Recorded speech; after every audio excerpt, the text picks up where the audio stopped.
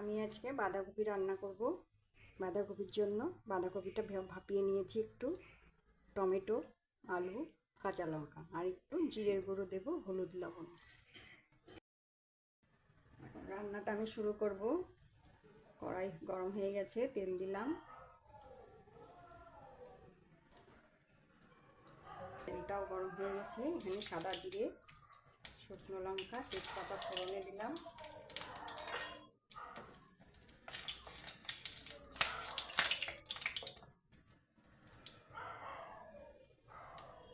ফোড়নের সময় হিটটা একটু কমিয়ে দিতে হবে।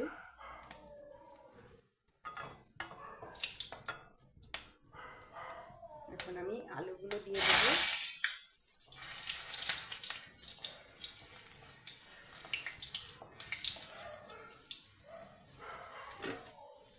আলুগুলো একটু ভেজে নেব। দেখুন আলুগুলো ভাজা হয়ে গেছে। এখন আমি টমেটোর টুকরোগুলো দেব।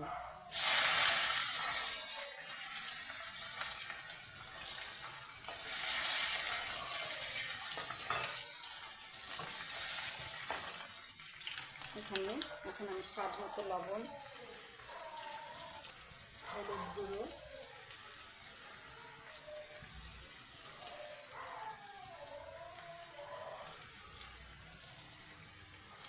জিরের গুঁড়ো দিয়ে দেব।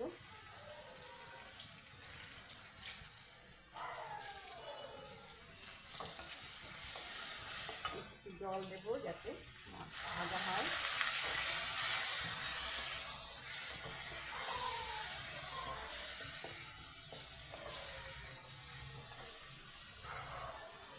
কাঁচা লঙ্কাটা দিয়ে দিলাম।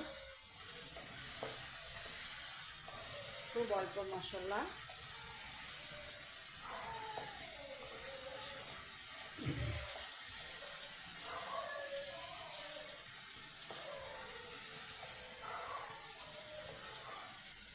হয়ে গেছে। এখন আমি বাঁধাকপিটা দিয়ে দেব।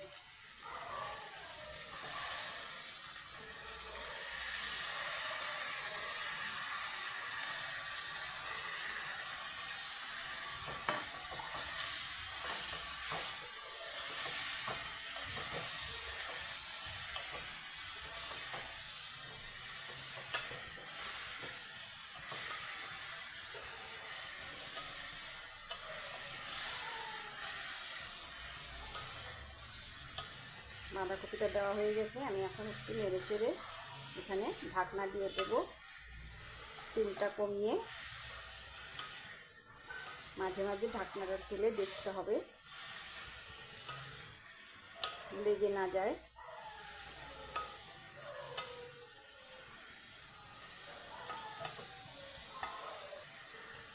ঢাকনা দিয়ে দিলাম। 5 মিনিট পরে দেখব।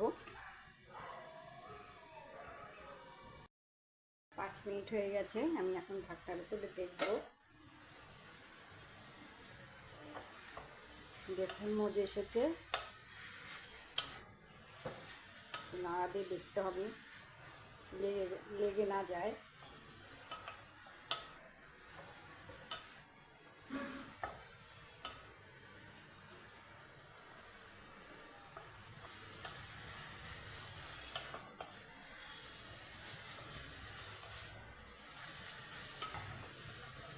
আরও একটু ঢাকা দিয়ে দেব।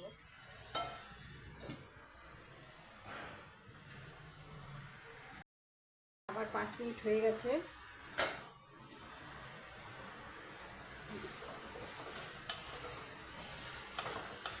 রান্নাটা প্রায় হয়ে গেছে। আমি এখন এতে চিনি দেব একটু।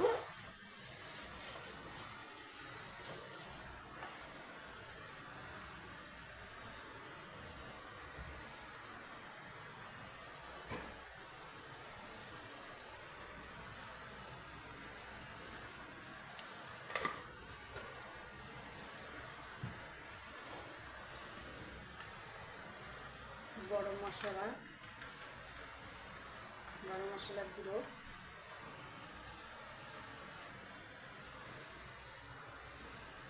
আর একটু ঘি।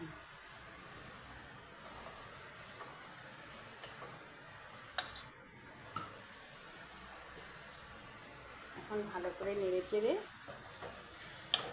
নামিয়ে নেব।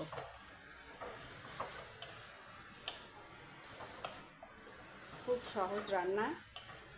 আপনারা চাইলে জিরের গুঁড়োর সাথে একটু আদা বেটে দিতে পারেন, আমি দিইনি, বাটাবাটি ঝামেলা।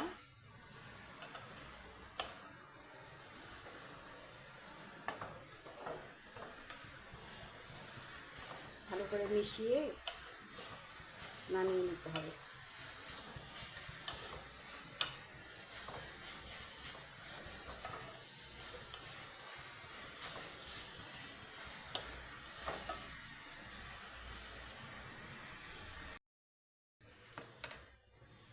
বাঁধাকপি রান্নাটা আমার হয়ে গেছে, দেখুন কালারটা সুন্দর হয়েছে। খুব অল্প সময়ে অল্প মশলাতে রান্নাটা হলো, আপনারাও করে দেখবেন। আমি এখন গ্যাসটা অফ করে দেব, নামিয়ে নেব।